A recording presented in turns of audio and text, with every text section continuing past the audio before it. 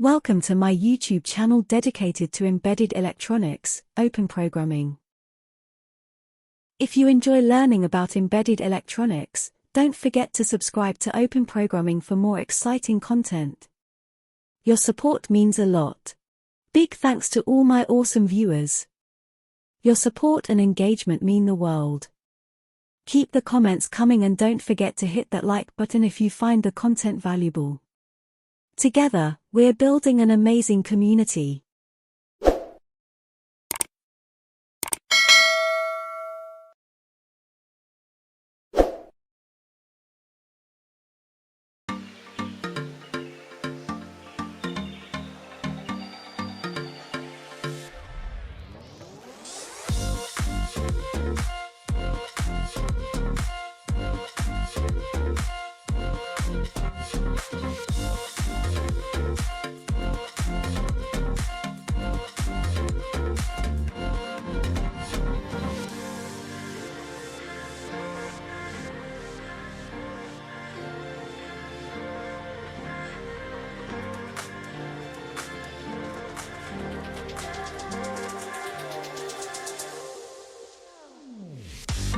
Bonjour à toutes et à tous, j'espère que vous allez bien, content de vous retrouver de nouveau sur ma chaîne YouTube. Alors, chers amis, dans cette vidéo, je vais donc vous partager un projet. Donc, le projet ici consiste à réaliser un afficheur 4x7 segments. Donc, l'afficheur ici aura pour quel but? Le but ici, c'est donc de pouvoir afficher la date et l'heure. Donc, à un moment donné, on affiche la date, quelques secondes après, on affiche l'heure. Donc, c'est un peu ça, alterner un peu entre ces deux. Donc là, nous sommes sur Tinkercad. Le chemin ici n'est pas au complet. Il manque donc l'horloge temps réel que nous devons donc utiliser. Donc là, l'objectif ici, c'est quoi? C'est de pouvoir donc câbler notre afficheur par nous-mêmes. Question donc de permettre à ceux qui ne savent pas comment l'afficheur marche et comment c'est câblé à l'intérieur, de pouvoir un peu comprendre tous ces détails. Donc pour ça, qu'est-ce qu'on aura besoin? On aura besoin d'une carte Arduino, des LED comme vous remarquez à ce niveau, et enfin de l'horloge temps réel. Dans mon cas ici, j'ai donc utiliser le module RTC 3231. Donc voilà, donc 3231. Donc c'est ce module qui est donc ici que j'ai donc utilisé. Donc ce module fonctionne donc avec la communication I2C. Donc on a VCC pour le 5 volts, GND pour le GND, SDA pour la branche SDA, SCL pour la branche SCL. Les deux autres pins par rapport au projet que je vous propose ici, ce n'est pas vraiment nécessaire pour ce projet, bien sûr. Donc voilà un peu ce dont on aura besoin. Donc le chemin de montage, c'est un peu là. Mais avant de vous expliquer un peu le chemin de montage, on va faire un petit tour sur le logiciel Katia, où j'ai donc eu à concevoir une maquette. Donc c'est cette maquette que j'ai donc eu à concevoir pour le projet. Donc c'est en dimension réelle, bien sûr. Et j'ai donc eu à le réaliser, donc imprimer. Donc j'ai donc conçu ça sur Katia et imprimé pour pouvoir avoir donc une maquette 3D en plastique. Ok, on va un peu voir ce que ça contient. Je vais le mettre en pièces. Donc ici, le but, c'est pas vous apprendre comment utiliser Katia et tout. Je vous montre juste la maquette. Rien que ça. Ok, regardez un peu ce que ça contient la maquette. Est-ce que je vais déplacer l'un ou l'autre? Non.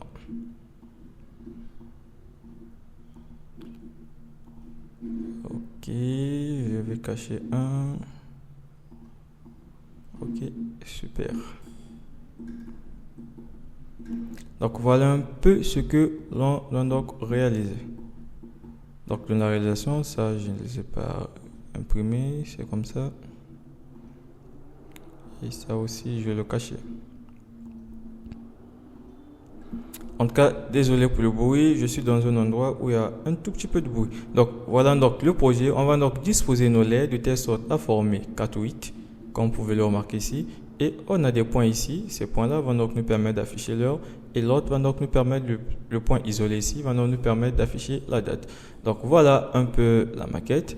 Donc ça vous donne, je pense, les détails sur le projet. Ok. Donc c'est exactement ce que vous voyez à ce niveau que j'ai donc eu à réaliser. Donc c'est la maquette numérique qui se trouve à ce niveau. Ok, c'est exactement ça. Et c'est vraiment ça. Ok, revenons donc sur le chemin de montage. Donc voilà un peu comment est le chemin de montage. Donc je vais un peu, les deux schémas sont exactement la même chose. Donc sous la fiche 7 segments, voyons un peu comment ça se présente. Je vais donc écrire 7 segments. Segment. J'ai oublié de mettre un 7. Donc voilà un peu comment se présente l'afficheur 7 segments. Donc les segments sont bel et bien numérotés. On a les segments A, B, C, D, E, F, G et le point. Bon, ça on n'en a pas besoin. Dans notre cas ici, c'est la même chose à ce niveau. Donc là c'est le segment A, B, C, D, E, F et G. Ici le point, on n'en a pas besoin. Et voilà, et c'est donc ça qui va donc nous permettre, ces deux points vont nous permettre d'indiquer l'heure et l'autre va nous permettre d'indiquer le point. Alors comment c'est connecté? Regardez un peu comment est le chemin de montage. Donc tous les segments A sont connectés ensemble, donc, représentés ici. Tout ça est connecté ensemble et va au pin numéro 2. Pareil pour le segment B, tous les segments B sont connectés ensemble. Donc ce segment, on a ici, ici, ici et là. Donc je ne sais pas trop si ma souris est visible, je crois que j'avais oublié de le cocher. Ouais, là je pense que c'est bon. Donc voilà où je disais, donc tous les segments que vous voyez ici sont donc connectés ensemble. Alors comment ça marche? Ici on va en quelque sorte les allumer et les éteindre très très vite. Donc chaque segment ici, la bande négative de chaque segment que vous remarquez et donc toutes les bandes négatives de chaque segment bien sûr, en fait de chaque digit. Donc les digits ici, c'est ça que j'appelle par digit, hein. Donc des chiffres ici sont connectés donc ensemble. Donc par exemple ici, ça va nous permettre de contrôler le 8 qui est à ce niveau. Et celui-là nous permet de contrôler le 8 qui est à ce niveau. Et pareil pour ça et pour ça. Et le fil qui est au milieu nous permet donc de contrôler les lettres qui se trouvent donc au milieu. Donc comment on va faire pour afficher 4 chiffres à la fois? Pour afficher 4 chiffres à la fois, ce qu'on va faire ici c'est quoi? C'est qu'on va allumer chaque digit et l'éteindre de façon très rapide. De telle sorte que la LED, enfin les LED restera toujours allumées en fait du point de vue de notre vision. Alors ici, ce qu'on va faire ici, qu'est-ce qu'on va faire? On va donc allumer et éteindre les LED très très vite. Mais on ne se rendra pas compte de les LED s'éteindre tellement que ça se fait très très vite. On ne va vraiment pas le remarquer. Mais si vous avez du matériel adéquat, vous pouvez bien remarquer l'instant où la LED s'éteint. Donc voilà un peu en ce qui concerne le schéma de montage. Maintenant, dans la réalisation, en ce qui concerne le programme, j'ai donc à inverser les pins et tout. Mais en gros, vous faites le schéma de montage et vous modifiez juste les pins dans la programmation.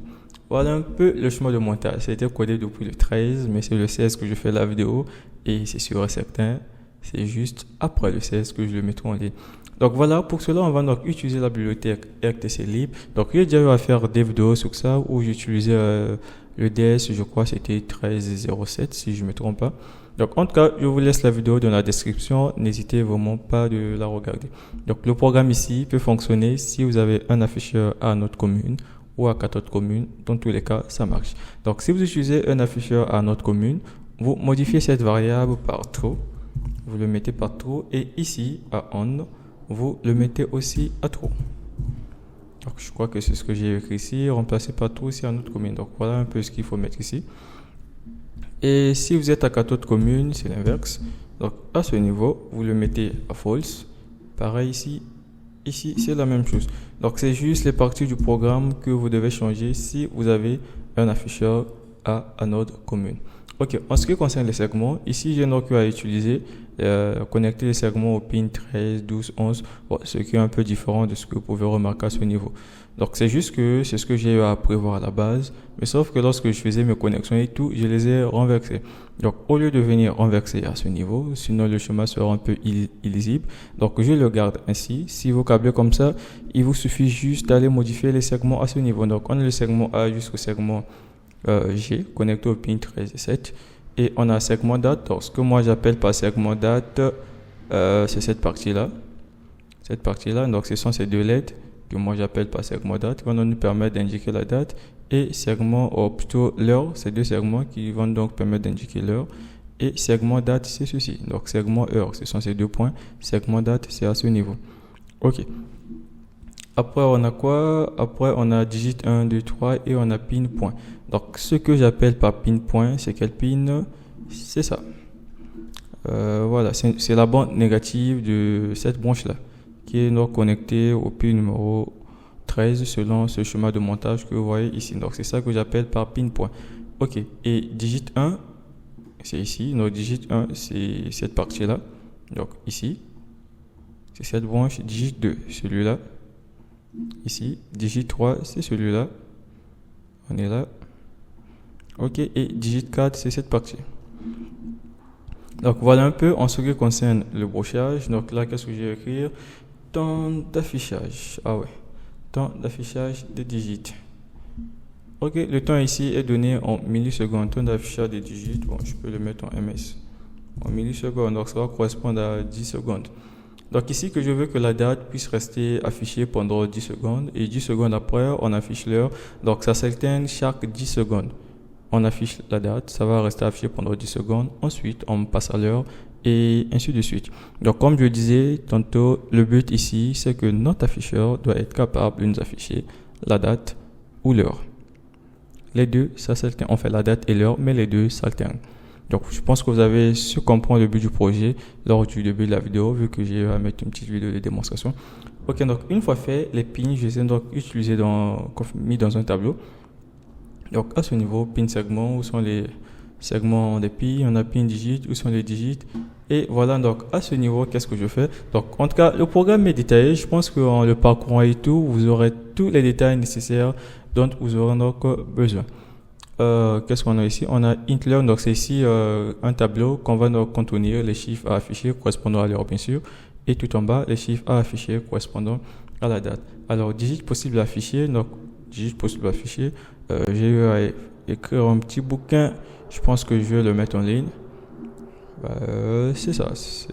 Donc les digits affichés ici c'est 0 jusqu'à 1, donc ça c'est un petit bouquin que j'avais écrit juste pour aider ceux qui veulent apprendre à programmer et tout, donc c'est un petit bouquin pour ceux qui débutent dans la programmation. Donc je penserai à le mettre en ligne sur les différents réseaux que j'utilise.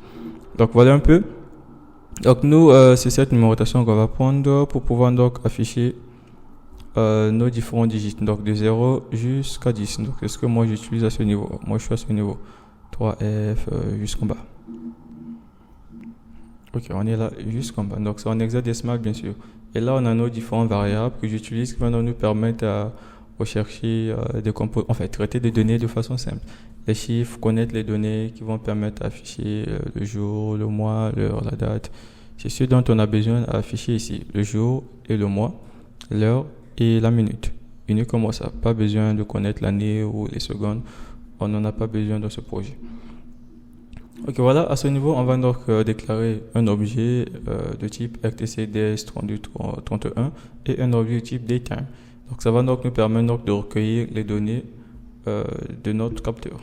Ok, voilà donc les fonctions, les types de fonctions que je dois utiliser: affiche, config RTC, horloge. Ok, voilà donc ce que j'ai donc à mettre la fonction voteSetup. Donc, de la fonction voteSetup, il n'y a pas grand chose. On déclare juste nos pins comme étant des sorties, ce que j'ai donc à faire ici. Pareil pour les pins qui concernent donc les pins que j'ai donc à mettre dans le tableau. De façon générale, on les déclare juste comme des sorties, comme mis à ce niveau dans le commentaire. Donc cette ligne va donc nous permettre d'initialiser la communication, enfin initialiser notre capteur, le module RTC qu'on utilise. Donc si vous avez un autre module, vous devez donc modifier cette partie-là. Vous devez modifier notamment à ce niveau l'objet que vous avez à déclarer. C'est juste cette partie que vous allez devoir modifier, l'objet. À part ça, il n'y a pas grand chose à modifier. Ok, maintenant ce qui m'intéresse c'est cette partie. Donc voilà. Donc j'ai largement commenté ça. Donc config RTC ici va donc nous permettre de configurer l'heure en quelque sorte, de mettre à jour l'heure. Donc si votre module RTC n'a pas l'heure idéale, donc cette fonction vous permet de mettre l'heure. Et dans la fonction, qu'est-ce que j'ai donc à mettre à l'intérieur? Donc la fonction va prendre en compte l'heure du téléversement de votre programme, donc l'heure de votre ordinateur. Et bon, parfois il y a un petit décalage entre le téléversement du programme au niveau de la carte. Donc du coup, je vais le prendre en compte. C'est un peu ce qui est écrit ici. Donc vous pouvez ajouter entre parenthèses le nombre de secondes de retard, quoi, du genre tu prends l'heure de mon ordinateur mais tu ajoutes plus 10 secondes. Quelque chose de ce genre. Ou tu prends l'heure de mon ordinateur mais tu ajoutes plus 20 secondes. Donc tout ça, ça dépend que de vous. Maintenant, une fois que vous téléversez, si votre module n'a pas l'heure requise, vous mettez cette fonction, vous décommentez cette fonction et vous mettez le retard qui vous convient ou si vous voulez, vous le laissez ainsi. Donc, une fois que vous téléversez le programme, vous revenez de nouveau sur l'Arduino et vous mettez ça en commentaire. Une fois que vous le mettez en commentaire et vous téléversez de nouveau votre programme. Alors, pourquoi tout ça? Si vous ne mettez pas cela en commentaire et que vous ne retéléversez pas de nouveau le programme, à chaque fois que le programme va redémarrer, donc vous allez redémarrer votre carte Arduino, l'heure va se réinitialiser à l'heure à laquelle vous avez donc eu à transférer le programme. Ok, je pense que je me suis fait comprendre. Donc, c'est un peu les fonctions à utiliser. Donc, je vais d'abord vous dire comment marchent les fonctions. Donc, pour config RTC, c'est déjà bon. Je pense même que dans l'autre vidéo, j'ai largement parlé de ça. Donc, je vous laisse le lien en commentaire. Ok, on a horloge ici qui m'intéresse. Donc, ça, c'est au niveau où j'essaie un peu de recueillir les données. Pour l'instant, c'est un peu lent. Je ne sais pas si vous savez le faire autrement. Mais si vous savez le faire autrement, en tout cas, moi, ça ne me dérange pas que vous me partagez un peu vos idées et tout. C'est un peu comme ça qu'on apprend. Donc ici, on va donc recueillir les données de notre module, de notre horloge. Et tout ce dont on a besoin, c'est quoi? C'est le jour. Parce qu'on va recueillir avec la fonction day, c'est le mois, la date et l'heure. Donc je répète que pour les détails, comment marche la bibliothèque, comment l'installer et tout, j'avais déjà eu à faire une vidéo sur ça. Je vous le laisse en commentaire. N'hésitez surtout pas de cliquer dessus. Ok, donc une fois qu'on va donc recueillir le jour, le mois, l'heure, jour, mois, heure, minute, j'aurai donc besoin de connaître les unités et les dizaines. Donc c'est ce que j'ai donc eu à faire ici. Donc je vais un peu voir si la taille du STR, du string que j'ai donc eu à lire, si c'est de taille 1, ça veut dire qu'on doit ajouter un petit 0 devant. Et après on le convertit en entier et tout. Et tout ça c'est pour me permettre de pouvoir revenir chercher un peu la donnée correspondante affichée. Donc la valeur du tableau digit qui va donc correspondre à la valeur que je vais afficher au niveau donc de mon afficheur 7 segments, 4x7 segments. Donc c'est un peu ce que je fais donc à ce niveau, mise à jour des tableaux, la date et l'heure. Donc chaque fois que je lis et tout, je mets à jour le tableau. Ok, voilà un peu comment ça marche. Donc je vous laisse vraiment regarder la fonction et tout pour voir un peu comment ça marche. Donc ici j'ai déjà eu à expliquer le principe. Donc cette fonction qui va donc nous permettre d'afficher donc les digits au niveau donc de notre afficheur. Donc ici il y a une directive de proposition que j'ai donc utilisé, le just-if que vous voyez à ce niveau. Donc si en notre commune, donc si on a notre commune, on va charger cette partie du code. Au cas contraire, on a qu'à toute commune, on prend donc cette partie. Donc c'est l'un ou l'autre. Ok, la fonction bit-read, je pense que j'ai largement parlé de ça dans mes autres vidéos. Donc, les détails, on passe. Je vous laisse juste la vidéo en commentaire. Je pense que ça pourra vous aider sur comment fonctionne la bibliothèque et tout. Pareil pour cette fonction, j'avais largement parlé de ça là-bas. Ok. Donc, revenons un peu sur la fonction loop. Qu'est-ce que ça fait exactement? Donc, ici, si vous remarquez, les lettres qui me permettent donc de savoir si c'est la date ou pas, qui me permettent plus d'indiquer l'heure, se mettent là à clignoter. Et donc, c'est ce que j'utilise. Donc, ce sont donc ces variables que j'ai donc à déclarer qui me permettent donc de connaître le temps de départ. Donc, vous savez, avec toutes les variables, donc les variables ont une valeur maximum que ça peut contenir. Donc ici, c'est une variable de type lent, non signé. C'est une capacité maximum que ça peut supporter. Donc, par rapport à ce que j'ai eu à lire, sauf si je me trompe, ça peut, lorsqu'on essaie un peu de convertir la valeur que ça peut supporter et tout, donc je peux dire que la carte Arduino peut fonctionner pendant 2 mois et ça va nous afficher les valeurs correctes. Mais après 2 mois après, il y aura sûrement un dépassement de mémoire et tout, et je pense que les données ne seront pas plus ou moins correctes. Mais par rapport à notre maquette et tout, la carte ne sera pas active pendant très très longtemps, juste un certain temps. Et on va l'éteindre. Donc voilà, donc si vous remarquez de mes programmes, c'est exactement la même logique que j'utilise. Donc il n'y a vraiment pas grand chose ici. Donc si vous êtes habitué à suivre mes vidéos et tout, je pense que vous devez être habitué à la logique que j'ai l'habitude d'utiliser dans tous mes codes. Donc ici il y a une boucle de l'infini que j'ai donc eu à faire à ce niveau.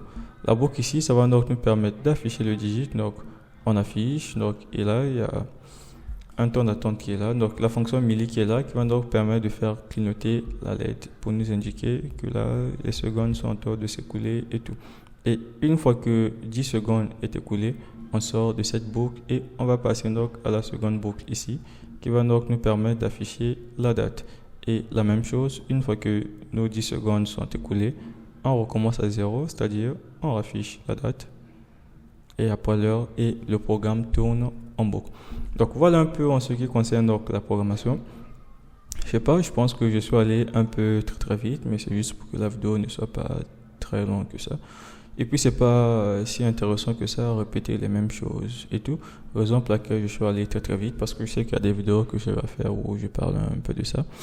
Mais bon, je viens donc clôturer cette vidéo. J'espère que cela vous a été utile. Si vous avez des interrogations, des soucis, vous pouvez donc me les laisser en commentaire. Je ferai de mon mieux de vous répondre. Donc je vous laisse regarder la vidéo de démo. À très bientôt.